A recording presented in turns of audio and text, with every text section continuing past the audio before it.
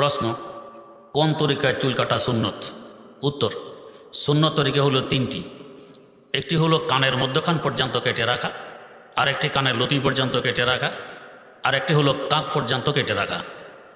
এর থেকে বড় করা বৈধ নয়। আর যদি কেউ চুল এভাবে বাবরি না রেখে ছোট করে রাখতে চায়, তারও অনুমতি আছে। তবে এমন নয় যে মাথার উপর দিয়ে সামনে দিয়ে হবে অনেক লম্বা, চতুর্দিক দিয়ে হবে ছোট। এটা ইসলামী নিয়ম নীতি নয়।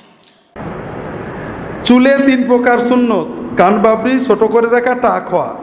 না, চুলে রাসূলুল্লাহ সাল্লাল্লাহু আলাইহি ওয়াসাল্লাম মূলতই বাবরি রাখতেন। কান অথবা ঘাড় পর্যন্ত চলে গেছে, হাদিস আসছে। উনি কখনো ছোট করে রাখেননি, হজ ছাড়া কখনো টাকু করেননি। শুধু আলী রাদিয়াল্লাহু তাআলা আনহু টাক করতেন, বাকি কোনো সাহাবীও টাক করেননি।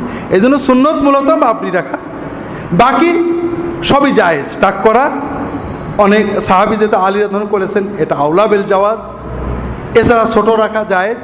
চুল যে কোনোভাবে কাটা যেতে পারে, শুধু নবীজি যেটা নিষেধ করেছেন মাথার কিছু অংশ টাক করে কিছু অংশে রেখে দেওয়া, এটা না জায়েজ। বাকি যে কোনোভাবে কাটতে পারে।